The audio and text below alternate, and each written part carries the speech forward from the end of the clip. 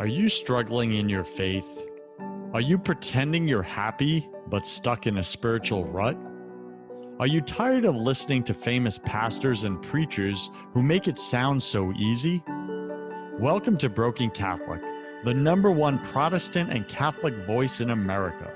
I talk about the important things that nobody else is talking about, like how to align with God's plan for your life, because I believe this is where 90% of Christians get stuck. And I tackle the negative self-talk that we all secretly struggle with but won't admit. My guests are brave Protestants and Catholics who share their struggles, their fears, and their daily holy habits that help them win in their spiritual lives. I'm your host, your coach, your friend, Joseph Warren. I'm also a broken Catholic and former atheist, and a spiritual coach to Christian business owners and CEOs who are married with children. This show was created for you, the broken Catholic who's pushing to get your spouse, your kids, and yourself to heaven. Wherever you are in your spiritual journey, you're just one surrender prayer away. My guest today is Mark Victor Hansen and his wife, Crystal. Mark is probably best known as the co-author for the Chicken Soup for the Soul book series and brand, setting world records in book sales with over 500 million books sold. That is a massive achievement. Mark and his wife, entrepreneur and business strategist, Crystal Dwyer Hansen, just released their new book called Ask, The Bridge from Your Dreams to Your Destiny. Now, BC Nation, with all of the challenges we face out here today, we oftentimes give up on our dreams. You have beautiful dreams inside of you, the things you would like to have, the relationships you'd love to enjoy, and the wellness and well-being that would help you express your best in every way. But often those dreams lie buried inside of you, hidden by fear or unworthiness or a lack of awareness of what could be. Mark has soothed millions of souls through Chicken Soup for the Soul, now through the real-life stories of some of the most enlightened individuals of all time. He and Crystal aim to immerse you and I today in the wondrous potential of our own lives by simply learning to ask the right questions. Mark Victor Hansen and Crystal, welcome to Broken Catholic. Go ahead and fill in some of the gaps in that intro, would you? Thank you, Joseph. We're so happy to be here with you. Perfect. And what happened is we wrote Ask because we've traveled to 80 countries, Joseph, around the world, and we meet wonderful, wonderful people that are lovely, educated, professional, courteous, kind, all kinds of stuff, and well-educated. But the difference between those who succeed a little and those who succeed a great deal is one thing only: to become what we now call master askers, which is what the master teacher said. Ask, like you and I were saying before we began, and you shall receive. But nobody really went deep on that. And so we, first of all, did all of our studies because we said, hey, wait a second. If you're alive, you're spiritually speaking, you're alive to create. Genesis 1:28, right? Create. And you and I are here to create. And then the second is you're here to contribute. So you got to ask yourself how to do that. And we're saying you got to ask yourself, ask others, and ask God. And then, and only then, do we think you can fulfill your destiny. And seeing as we're sequestered as 8 billion of us, every one of us has got to do their own homework. That's the point as far as we're concerned. Crystal, let me ask you this. Yes. Why is now the right time for you to release this book, write this book, put this book out to the world? Why now? Obviously, you wrote the book before the pandemic came. Maybe you're not clairvoyant and you didn't see this all coming.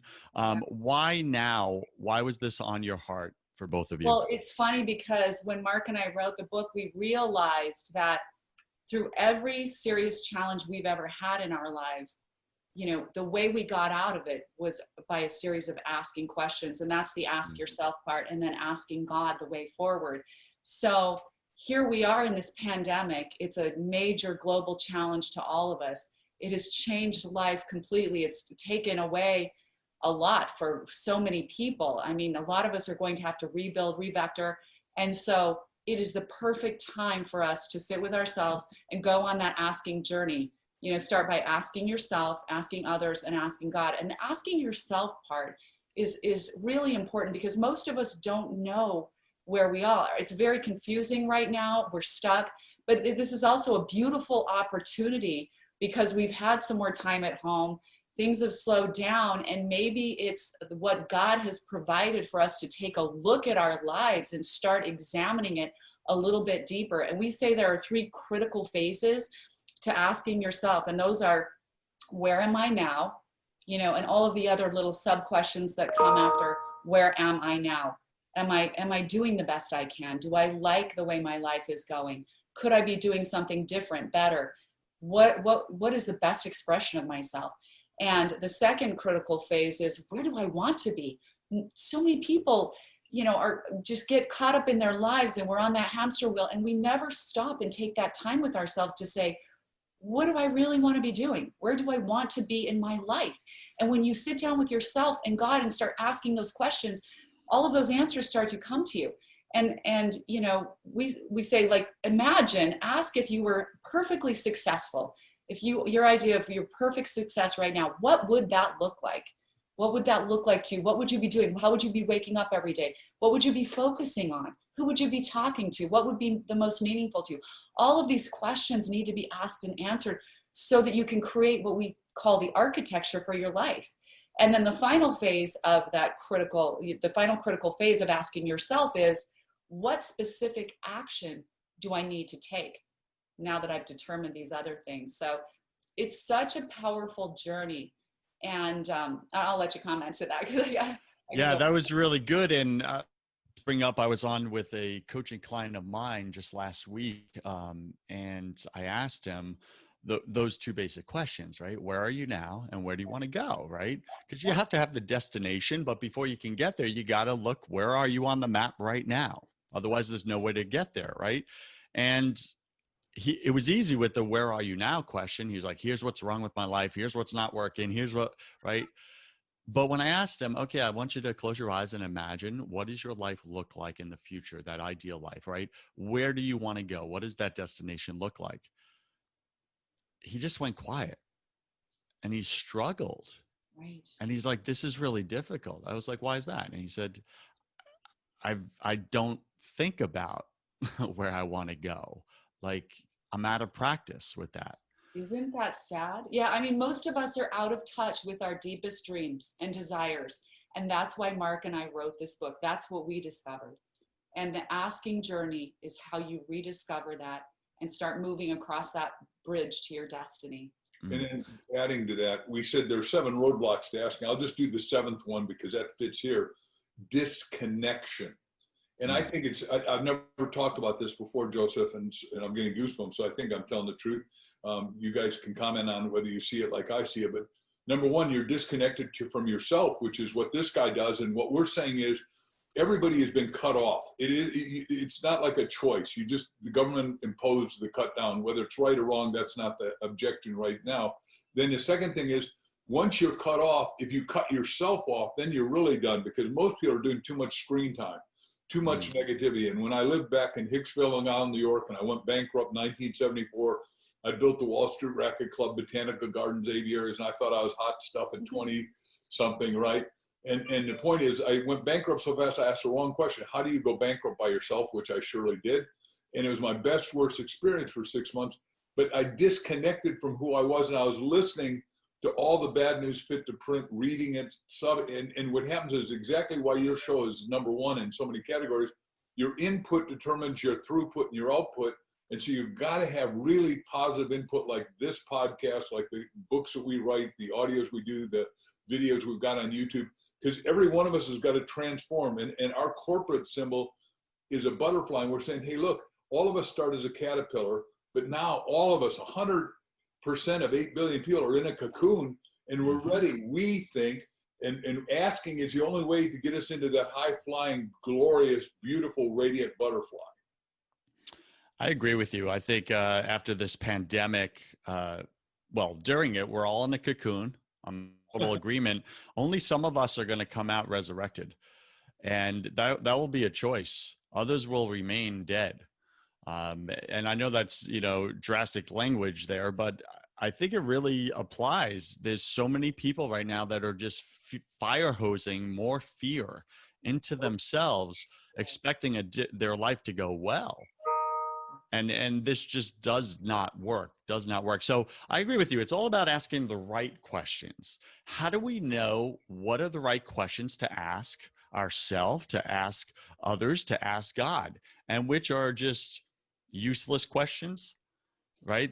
Right. Unimpactful questions. What do you got, Crystal? It's such an individual thing, Joseph. I mean, we're all on this journey. And so I think that process that we were talking about before, it's just really looking around you and asking, you know, where you are right now. Also, I want to talk about the first part of the book. You know, as children, we're all master askers, okay? Because we come into this world full of the Spirit of God, and we want to know who, what, when, where, why, how. And we also want to ask for more, right? Because our spirit is alive, it's perfect. And then over time, through, you know, maybe bad parenting, schools, you know, businesses, people shut you down. They say, don't talk unless you're called upon. Don't ask any more questions. You get rejected, life puts you down. And suddenly that beautiful ability to ask, to be curious about everything in life and want those answers and seek, that gets crushed out of us. And what a sad thing. And what we're saying is we want to rekindle that ability. We want everybody to come back to life almost as a child, because children are unashamed to ask for anything. And that's how we need to be. And the funny thing is the 7 roadblocks to asking that Mark talked about, we looked at all the studies on asking, and people come into this idea of asking someone for help or advice or asking for something with completely the wrong notions. The studies show that people coming in think that they'll be perceived as being stupid, ignorant, pushy, obnoxious if we ask someone about something, information, advice, help. The opposite is true. The studies show that if you ask for something, you are 80% more likely to get your request granted. And so I think that's a big part of it, because we are here to be a resource for one another. And I think while social media has already artificially connected us, it's disconnected us so much. You know, you used to, when we were growing up, we'd have to run down the street. You want to make a friend, you run down the street and go, hi, can you play? I want to be, will you be my friend? You know? and now it's like these kids, you can unfriend someone with a push of a button. It's just so cold. And so as human beings, part of this asking journey is being able to ask one another. And sometimes by asking someone else questions like, what do you see are my best talents? You were saying, what are the right questions? You know, asking someone else, is there something I'm missing? You know, sometimes your friend or a family member sees something in you when you're feeling down that you've never seen. And so having those conversations, asking each other, we are one another's greatest resource on this earth, and we're supposed to be. But, you know, we need to ask. We need to feel confident in asking. I love what you're saying. And I think the biggest culprits, Mark, correct me if I'm wrong here, but the biggest culprits of not asking for help are definitely men. And Mark, am I wrong? Am I right? What, true or true? I mean, let's be real. Like many of my clients are guys, and they are, man, I gotta like get past their egos and all this stuff just to get them to that vulnerable place of saying, I need help. That's in the road. I don't have it all figured out. The 7 roadblocks, let me just hit the first one now, right? The first one is sense of unworthiness. I'm going to shorten a long story because I know this guy so well, but Bob Proctor, you know, is nowadays a superstar, but he started out, he was crushed. There was press spirit. He went through the Navy in Canada. He's a fireman making $4,000, owes $6,000, feeling trashed, drinking too much, decides never to drink again.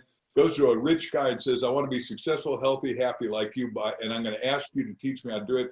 Guy teaches him how to do it, becomes a window washer, does so well by asking that he asked everybody for business. Pretty soon he hires the whole fire department. Pretty soon he's making, you know, going to $25,000 a month, and then pretty soon $1 million a year, and then he owns places in Toronto and Montreal and Atlanta and UK. So everyone said, well, how'd you get rich? Because you never even graduated high school.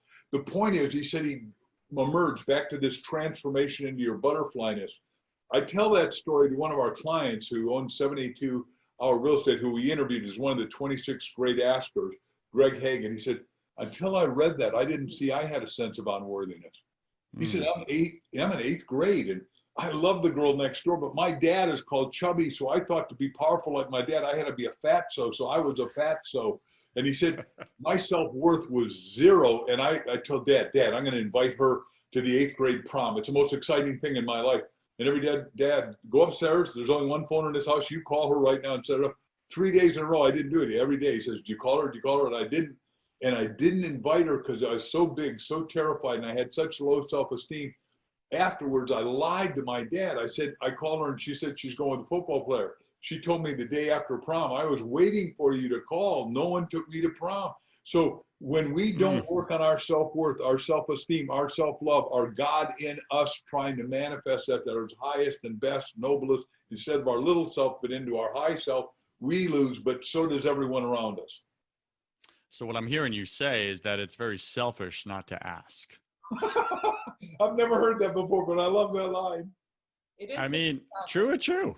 Yeah, true. Yeah. I mean, God gave you this life, and your life is important and it's beautiful.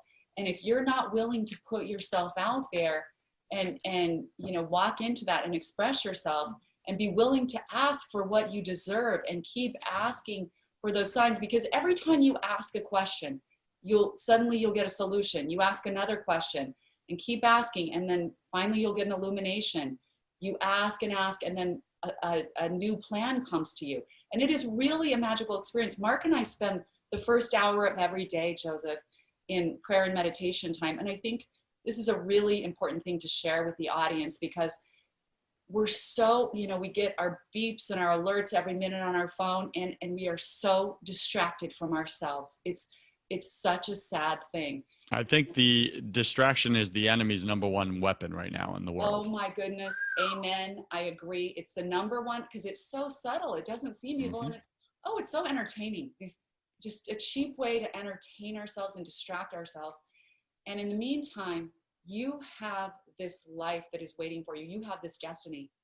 If you don't take that time by yourself with God, that quiet space, and shut out the rest of the world, you'll never be able to hear the voices. You'll never be able to, first of all, when you ask yourself, literally, studies show a different part of your brain goes to work for you. And it's the part of your brain that does critical thinking, okay? What a beautiful, brilliant design, God made us with. Like here we ask the question, boom, our brains light up. You ask God, that answer will be there for you. But if we're constantly distracted, we're not going to hear it. I mean, I find that sometimes I'll ask like the silliest thing. I mean, whatever it is, you have to be aware and quiet enough to hear that answer, and it will always come to you. But if you're constantly distracted, you will never hear it. So like Mark was saying, shut down from the world. I'm a transformational life coach as well. And, I tell people, while it appears that your world is out there and it's coming at you, that's not true. The reality is your world, your life experience is created from the inside out. And so the more time you spend with yourself in this asking journey, getting those questions answered, and deliberately creating that template and that beautiful architecture for your life as you get those answers, as you start to sculpt, as you get in touch with yourself and reconnect with yourself and say, what do I want? Just like your client. I have the same thing with so many clients. They don't have any idea what they truly want, because the phone's going off, this is going off. And so we're like, a planet hurtling through space with no direction until we take this journey with ourselves and God. If I may add just one thing. I never thought about it until you asked this question. So, I did Chicken Soup with the Soul Bible, little stories get you in the big story, and a red letter edition of what Jesus really said. And the question the disciples asked when he kept meditating was, what are you doing? He said, I'm about my Father's business. Mm-hmm. Well, your Father's business, I interpret that, and you're allowed to interpret it differently, but my interpretation is he's asking God, what am I supposed to do? And then the second thing to prove that, and again, I got goosebumps. You're doing a great interview, Joseph, or letting us talk, whatever this is. We just watched on Netflix the most important show I've ever seen called The Young Messiah, when Jesus was 7, and he has to go into the temple, and he asks the old rabbis who are supposed to be eminently wise, ask him all the questions, and says, just simple one was, well, was God a carpenter thinking that the kid's going to get crushed at 7 years old? And he said, yeah. The rabbi says, well, tell me, okay, young Joseph, Bar Joseph, why is God a carpenter? He said, well, he told Noah, a guy with no engineering, no architecture, no design ability, to build an ark. He said, any other examples? So he starts going through and he said, well, Solomon was a king. He was trained as a king. He wasn't trained to build the biggest and most glorious gold-laden, jasper-filled, emerald, sapphire temple in human history and be worth $4 trillion. And he just goes through all this stuff and you go, there's no way a 7-year-old could do it. And what I'm saying is, you know, when he said all things are possible to him who believes, that the belief is asking to wake up your belief. You know, speaking of Bible verses, and you can pinpoint it for me, I don't have it off the top of my head, but when Jesus says ask, seek, and knock, right? And he expands on each one of them. He does it in a very specific order.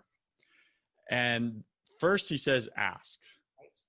Then he says seek. Then he says knock. And if you put those three in order, it actually spells the acronym ask. Oh my goodness. I never thought about that. That's really beautiful. Isn't that amazing? Another big clue. It's another big clue that Jesus is saying ask. Yes. And then he gives us 3 ways to do it, right? And wait patiently for the Lord. Be brave and courageous. Yes, wait patiently for the Lord. And we don't want to wait. We don't want to wait, right? Because we want to take back control. Our little control freaks got to take over and fight for it. So I love what you guys are saying. I like to bring this very tactical and practical for my listener. We're speaking about asking the right questions and who to ask them from, right? So ask ourselves, ask others, ask God. I'm clear on that. I'd love for you to just both kind of germinate. I'm going to go back and forth to each of you. We're going to take about just a few minutes here. And I'm going to ask, what are your best 3 questions, your 3 best questions you've ever asked yourself? And then your 3 best questions you've ever asked others? And then your 3 best questions you've ever asked God that have really impacted your life. Are you up for this? Yeah, those are good. All right, so let's start with the first one. Crystal, what are your 3 best questions you've ever asked yourself that have impacted or shifted your life? I think, you know, this takes some thought, but I think I like to ask myself questions. If I'm feeling any negativity, it's like, I like to ask myself, is that true? Because I really don't ever like to feel negative thoughts if I start doing that negative thinking. And I also ask myself, instead of thinking that, I'll say, what are the greatest things that are happening? So if I find myself focusing on what's wrong, you know, I've got to fix this, because we're all problem solvers. The human mind wants to go solve a problem. You see a problem, so you can start to page to the problems, and then you start to feel like more things are wrong than right. So I like to ask myself, what am I grateful for? What is amazing in my life? And I start looking around. I look around the room. I look at him. I go, oh my gosh, I have the greatest husband in the world. Look at that sexy beast there. Look at that sexy beast. Exactly. You know, what other blessings do I have? Oh, you know, my kids. Oh my gosh, these beautiful grandkids. Look at this place that we live in. What do I have to be grateful for? I think that is one of the most powerful questions that I ask myself all the time. And what about a third? So you got, is that true? What are the greatest things that I'm grateful for right now happening? What's your third? For? How can I be my best today? How can I be my best today? All right, BC Nation, I want you to have a pen and paper out right now. Write down these questions. These are the keys that will unlock your destiny. God has a destiny for you. You, at any given moment in your life, I truly believe that we are either resisting God's destiny or we're cooperating with God's destiny. These are the keys that unlock that for you. So take out your pen and paper, write these down. Mark, what do you got? What are the 3 best questions you've ever asked yourself? I will do those 3, but back to the bigger part of the question. If people don't know the questions, what I'm asking them to do is get a copy of the book and then get somebody else to read it and buddy up on these questions, because these questions are, like she said, illuminating to your life and put light on your path. So my first one was when I went bankrupt, because it crashed my spirit and I thought my self-worth and net worth were the same. So I said, do I have a reason to live?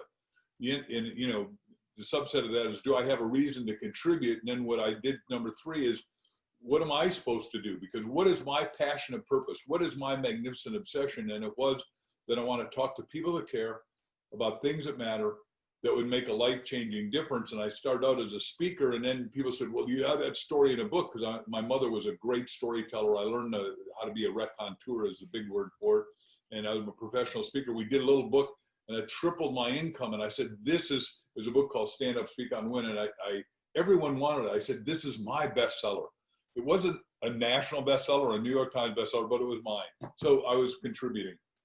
Fantastic. All right, back to you, Crystal. This is like, we're going back and forth here. What are the 3 best questions you've ever asked others that have shifted your life?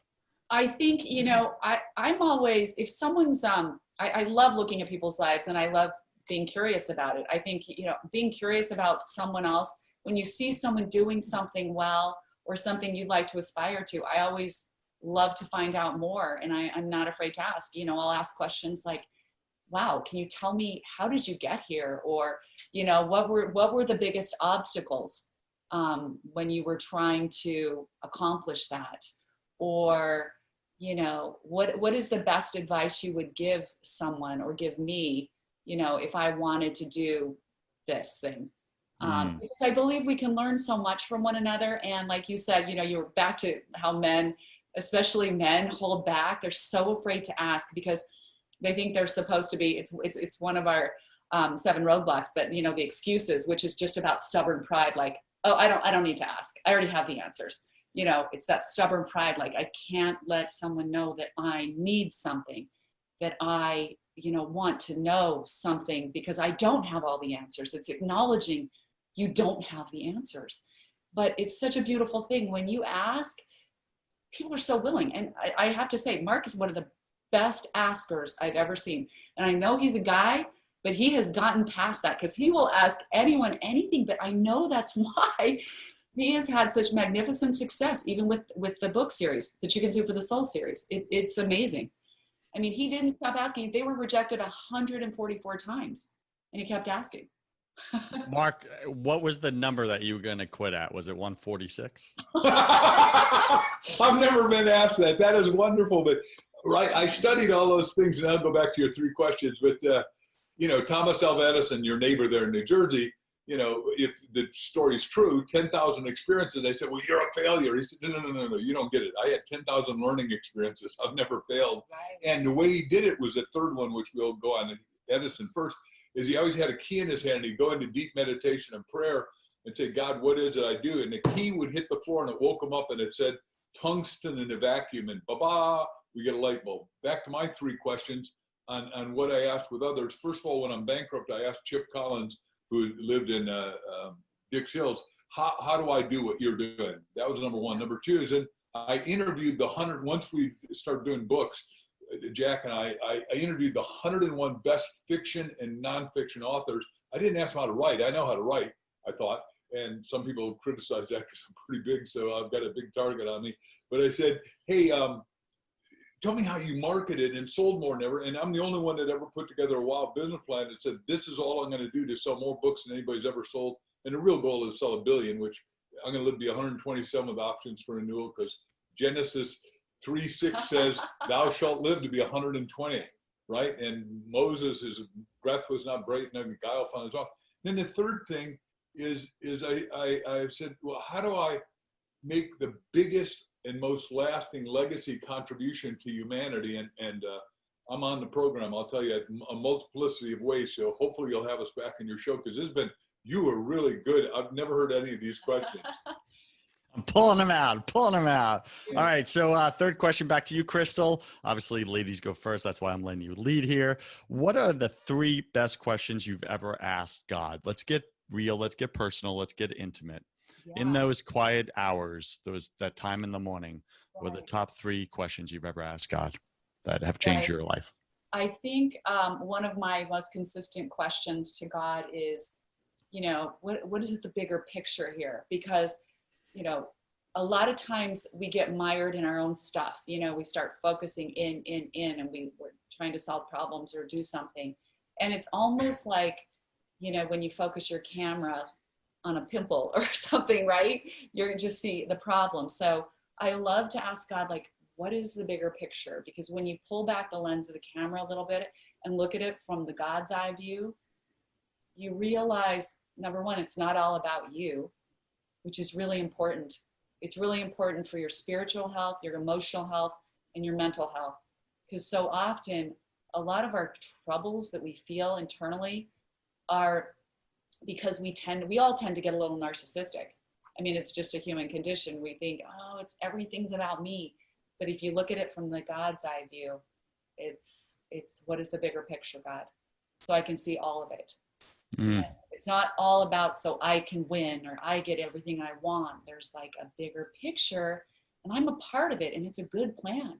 And I'm going to trust it. So, that's an important question for me. I think another like consistent question for me is like, what is my purpose, God? Keep revectoring me. What is my purpose? Because I want to stay on that purpose. What should I focus on? What is my purpose? And then I would say my third question, and I think this is probably my favorite one because I feel it really deeply inside, is like, what is the greatest expression, God, for which you made me? What is my greatest expression for which you made me? And it really opens up your heart and mind and your soul, because there's probably so much about yourself that you're not aware of, but God is aware of all of it. So I always ask that question.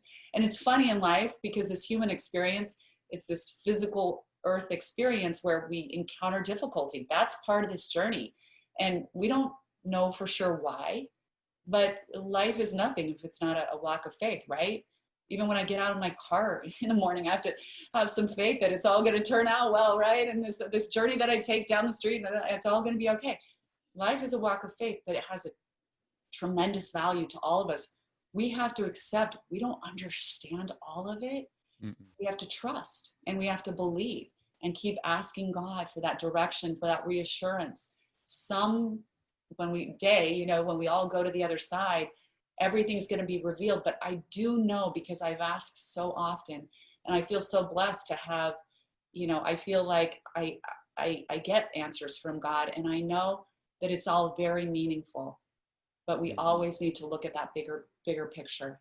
I love what you're saying there, Crystal, because I think the key that a lot of us miss is stopping the distractions and getting quiet with God, and stop talking. What we have to say to God really isn't that important. What he has to say to us will shift our entire life. And learning to just quiet ourselves and listen, which you guys have both successfully been able to do. And then I like the way I was hearing you say it, it's like, it's very simple. The arrangement God has set up, like no different than when your kids were little, right? And they'd look up to you like, Mommy, do you love me?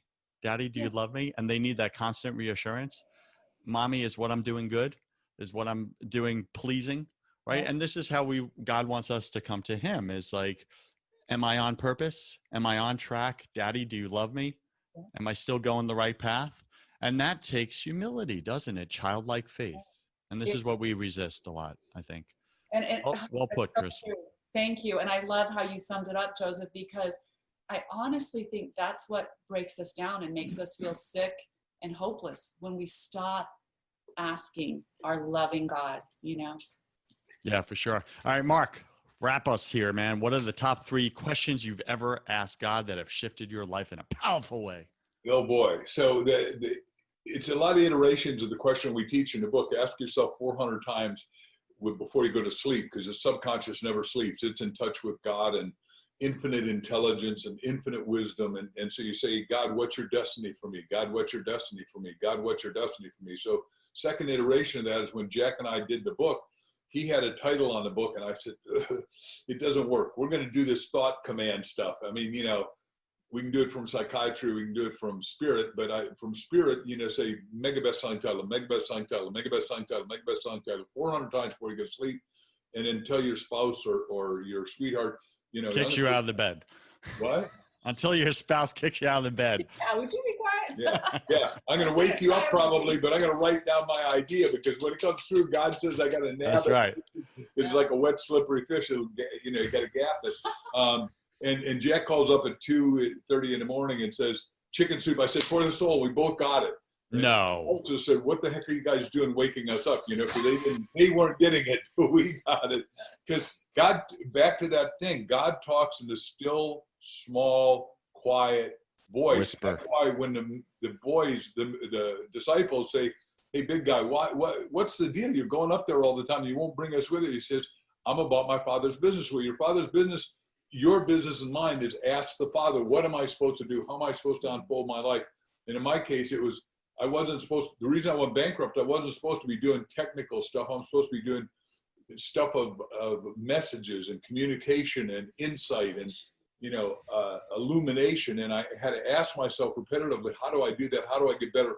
How do I vastly impact the audience? And like, I suspect I've had 1 billion readers or more of my stuff. And I want to keep doing that because there's stories to tell and there's inspiration to share. And so my third question is, how do I keep doing that and doing it with more articulate eloquence and chasing the excellence to deliver the message?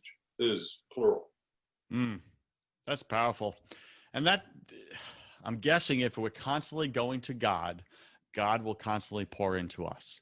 And when we're not feeling that we're being poured into, or we're off track, or we're not spiritually aligned, we're in spiritual misalignment, most likely, like I can look at my own life, those were the times in my life when I was not spending time with God. If I can hit, Timothy said, if you ask and receive not, it's because you ask amiss, meaning what you just said, you're out of alignment. You're not tapped in and tuned in and turned on to big G.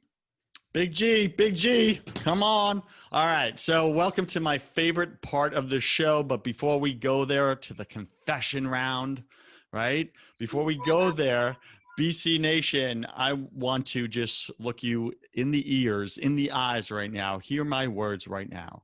If there is a relationship in your life, in your family, that just isn't working, and you want it to work, you know it could work, you've been trying to make it work and you just can't figure out how, then I want you to go to my website, josephwarren.net.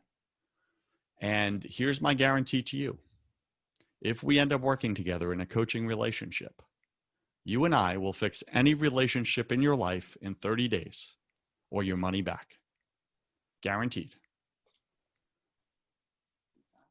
Go to josephwarren.net. Get that relationship fixed. God wants us in relationship with others, right? And part of that coaching will be getting in relationship with God, getting back into spiritual alignment like we just spoke about. All right, so welcome to the confession round. Mark and Crystal, I'm going to ask you 10 quick fire questions. You'll have about 3 seconds to answer each. Don't overthink it. It's just for fun. Are you ready? Okay, yes. You want to go first? All right, and we're going to go back and forth real quick, so short answers, okay? I think ladies first always. Oh, yeah. All right, here we go. Crystal, what's your favorite thing about God? Love. Mark. Infinite wisdom. Crystal, what's your least favorite thing about God? I don't know if I have a least favorite thing. Come on, the way he does things. Probably that we can't know everything. Like that God doesn't just reveal everything to us, but I understand why logically. Like, yeah, that's but we just don't like it. Yeah, we don't like it. Exactly. Like, can't we just know everything? Come on, Mark. God. Mark, what's your least favorite thing about God? Some of the Old Testament tests, like let's chop the kid in half, right? Or let's chop the baby in half when she goes to Solomon and says, whoa, whoa, whoa. But he found out whose baby it really was. Right. Yeah, God likes to scare us before he reveals it to us, right? Wake us up, yeah. All right, Crystal, I believe we're all struggling with something at any given moment of our lives. What are you struggling with either professionally or personally right now? Right now, yeah, the uncertainty of the world, it really disturbs me. Really struggling with people out there thinking that hatefulness and violence is some kind of solution to anything, because it's not. It never will be. Got it. Mark, what about you? Same thing. I'm such a free enterpriser. Our system was working so well. It hurts my heart and soul to see all these people disparaging themselves in the greatest country in the world. I am a great patriot, and we traveled to China up until 3 years ago a lot, and they got the wrong system. Yeah, got it. What are you most afraid of, Crystal? I think right now I'm most afraid that people are have what you'd call scales over their eyes. They're not seeing the truth. Amen. That scares me. Yeah, Mark? At a What are you physical most level, afraid I got to say a snake. We live in Scottsdale, Arizona, which we love. And boy, it was outside, and I come running in. I'm Blanche White, and she's coming out of the shower and says, "What's wrong with you?" I said, "I just saw a rattlesnake," and it really got me. And I really understand why the snake in the Adam and Eve story is there. Serpent, yeah. Listen, I lived in Scottsdale for 5 years. That was my party sin city. And yeah, I didn't like scorpions showing up around my bed. That was freaky, okay? I agree with those. Yeah. What did you spend way too much time doing in your 20s, Crystal? What did I spend way too much time doing in my 20s? Probably going to clubs, hanging out in bars. I mean, it wasn't terrible, but it was probably... You don't need to justify it. It was too much time. What do you got, Mark? Probably chasing women, I guess. Yeah. Surprising you didn't run into each other back then. What secret fear do you have about people, Crystal? Secret fear that I have about people. Maybe that they won't understand me, that they'll look at me superficially and not see who I really am. So good. Mark? That they're wolves in sheep clothing, because we've seen a lot of people that look good but are really corrupt. And now, just if I can answer the question to everybody out there, is I ask you to type in, is this person corrupt? Do they have warrants on them? Have they filed for bankruptcy? And we never did any of that, but we've had some people do terrible things to us, and you go, hey, wait a second, we're innocent and clean, and why would that, but it's a learning lesson.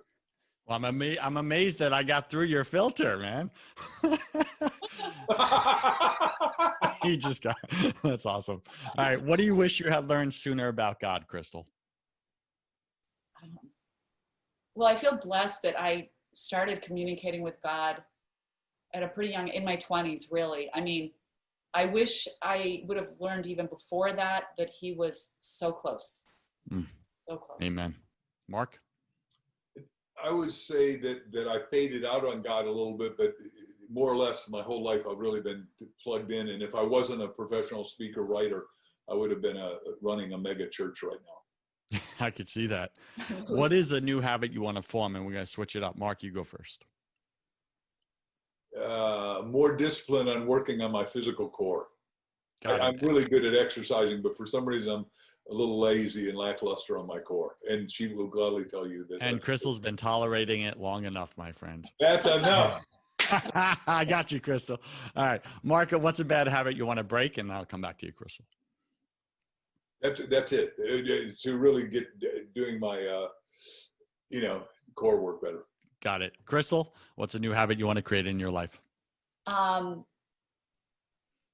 would say these two kind of go together. A new habit I want to create is, I'm pretty good at it, but prioritizing my self-care a little bit more. I mean, I'm really into exercise and health, but I kind of push myself.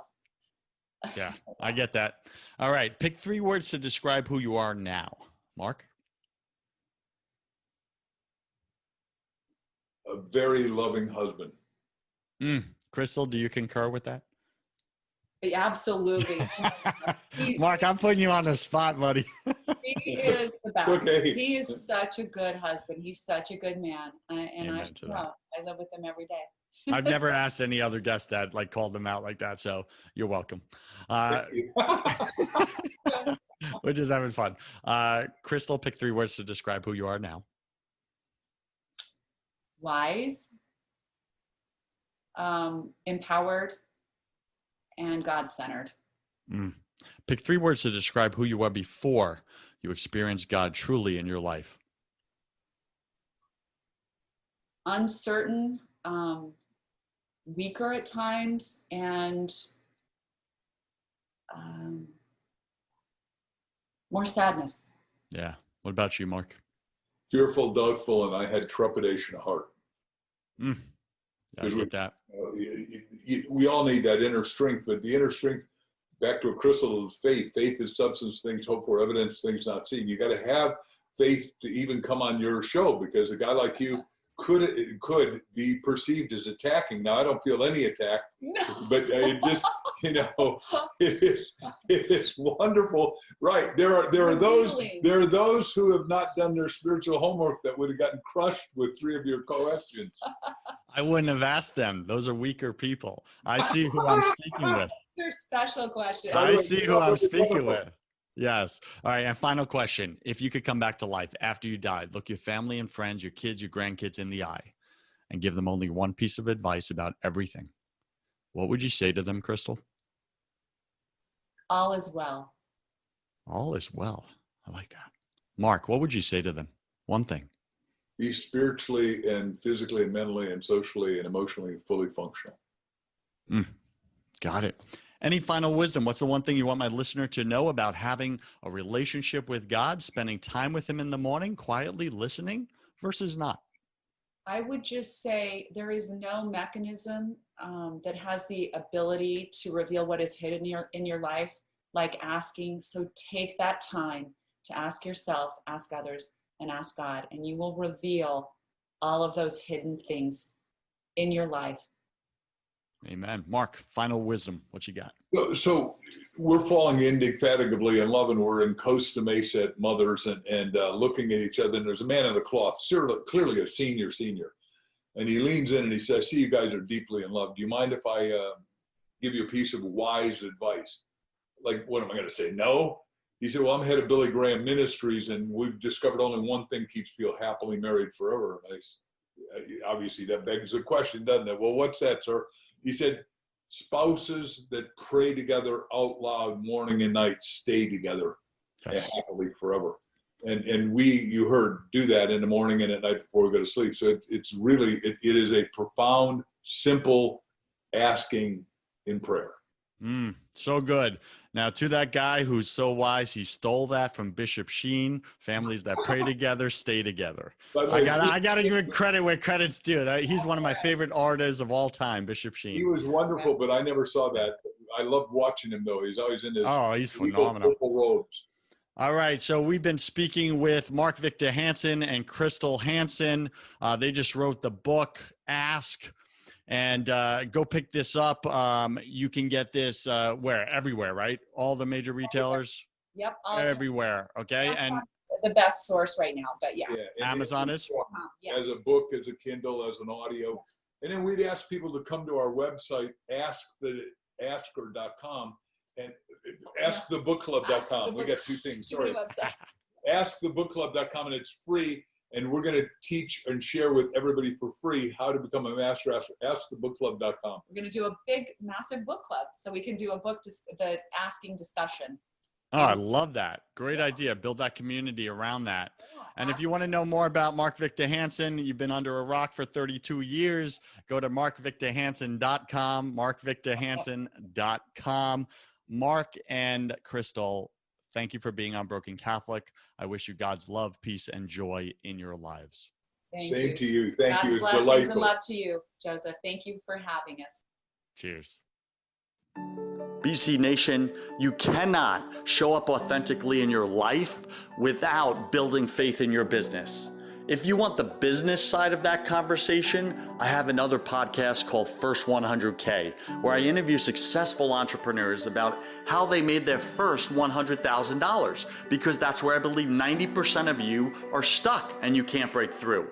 Go to first100k.com to find out how. I'm Joseph Warren. You were made for greatness, so stop being a wuss and start being a winner. Have a blessed day, and I'll see you right back here next week.